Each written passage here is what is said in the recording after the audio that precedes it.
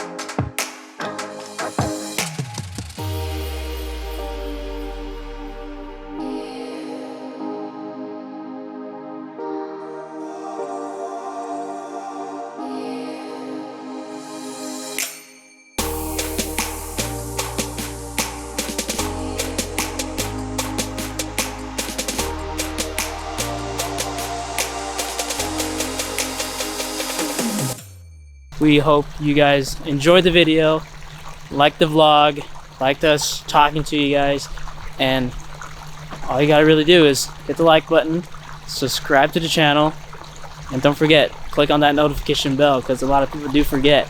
So, hope you guys enjoyed the video. See you guys next time. Hey guys, it is raining. I'm in the excavator. I'm trying to do whatever I can on the excavation. But it's getting really cold, not gonna lie. It is officially raining a lot. I don't know what to do.